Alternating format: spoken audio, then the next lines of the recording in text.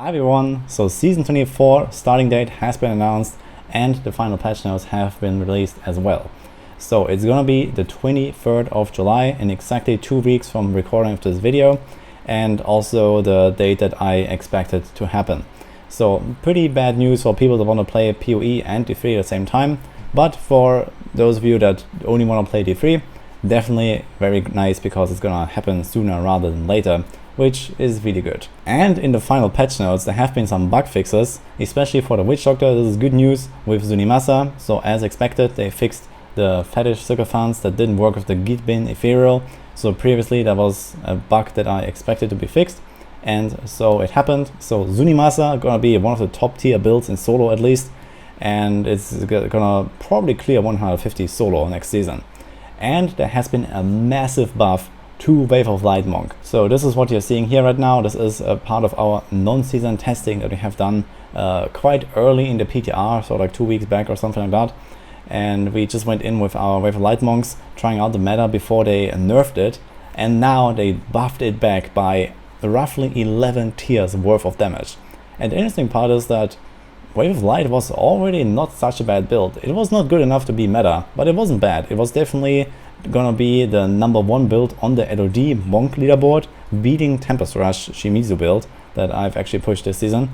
So it did have kind of its own little place and received a big benefit from the buffs that happened because of the inner rework. So they have buffed the Rabid Strike weapon on the Monk with 450% increased damage for those mimicked spirit spenders.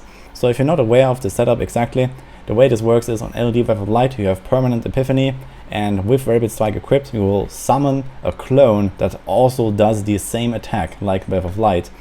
And previously this one got buffed by the Crutus Boots and Bindings of the Lesser Gods, and now they also get this huge damage buff from the Rabid Strike. And since the own damage is very negligible, this is essentially a full damage buff for the entire build because it's all coming from the clone.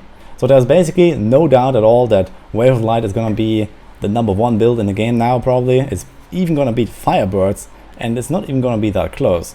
Because this is a build that works with area damage, it does have a bit more pushing potential than Firebirds, but farming is actually kind of even. So that's actually the cool part about it. It seems like it will plus minus even out with some of the other high-end 4-man trash killers like Mundunugu Spirit Barrage and the Scythe Necro. I guess it's gonna beat the Scythe Necro, but maybe it's gonna be close between the Witch Doctor and the Wave of Light Monk for trash killing in 150s.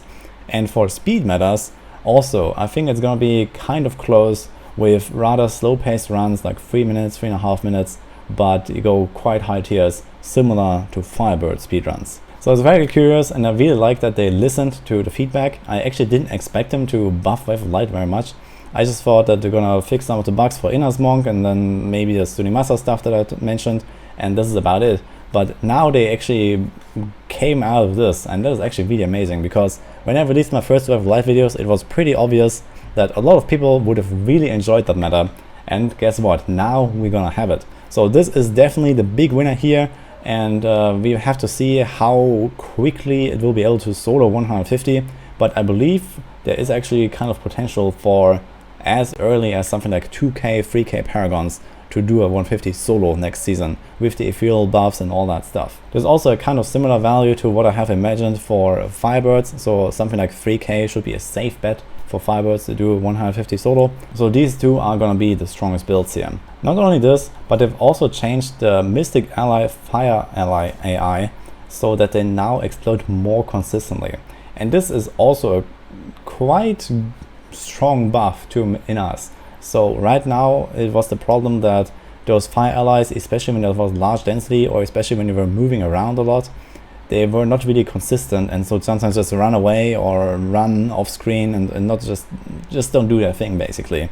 And improving the consistency of this is definitely going to help the build by, I don't know exactly, we have to see how much better they are, but I would expect them to be considerably better and probably buffed the build by at least 2-3 tiers just because of that. And on top of this, they have also fixed the Mystic Ally damage not benefiting Fire allies. So it seems like no hope for Earth Ally, which personally I believe is a good move. Earth allies don't really feel cool or look cool, and they're clunky and don't really do what you want. So we have the water ally build that will be very nice for speed farming, T16 bounties, all that stuff. And then you have the fire ally build, which will be the kind of like the RGK build and the solo pushing build basically. And you can also farm this in groups. So all in all, Monk season, and it's gonna be very exciting to play both of those builds, I believe. Interestingly here, they didn't fix the area damage bug.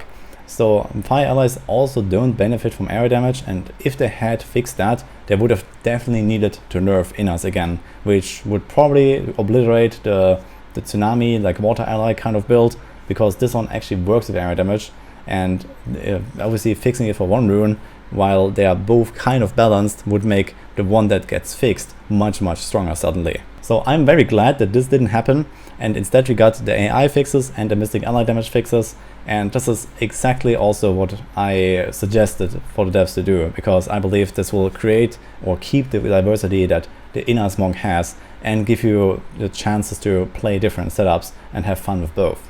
And at the same time, especially after season 24 ends, there will be probably some kind of competition between Firebird's Wizard as an RGK and the Mystic Ally Monk as an RGK. Right now, season 24, Firebirds is just too good. It has too much damage and is gonna like melt 150 Rift Guardians in like 10 seconds in the endgame setup. But after the season, there's definitely some opportunity for a bit of diversity. Funny enough, they also fixed this Shenlong's bug with Tempest Rush. So in case you're not aware, in season 20 and season 22, it was possible to include Shenlongs in a PUJ Tempest Rush setup.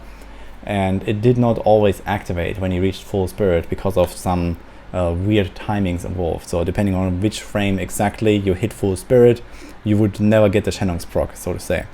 So this was fixed, but we can't play the setup right now, so this is kind of pointless. But it is there, so maybe eventually there will be another season where such a setup exists. But it is there.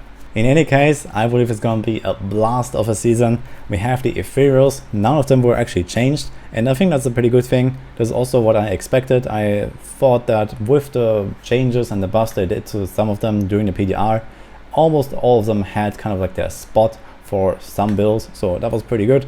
So I'm very excited to go and grind out those ethereals and have fun with them. And now we have this wave of light meta. I already know that we are almost guaranteed gonna do Monk meta with my group, just judging from what we have seen from the tests here and how excited especially Rob was about Monk, for example. And I'm also personally hyped to play Monk, especially the inners actually. But this wave of light meta is gonna be very fun and gonna be cool to try out. As a last little highlight before I end this video, we have the portrait and the pet here, in case you haven't seen those. So this both really reminds of Diablo 2. He has like this Act 2 undead summoner or revive guy that is pretty amazing. It looks really nice. And also this portrait looks really amazing. This is like one of my favorite ones, I would say. So really exciting stuff, and get ready. In 2 weeks we're gonna be blasting, of course. I'm gonna be there. I will be most likely be blasting this Monk meta here, and I'm really hyped for the season. As for the guides and the Maxroll updates, you can expect them very soon. So we have been working hard for you guys to update every single guide for season 24. We bring you ethereal guides, bring you everything you need to know. So stay tuned for this, and I'm also going to be releasing some guides, especially on the Monk, Inner and Wave of Light and all that. And then also for some more builds that definitely need some refreshing from my side. So hope you're going to enjoy this. Hope you're also excited for the season just like I am, and I'll see you guys next time.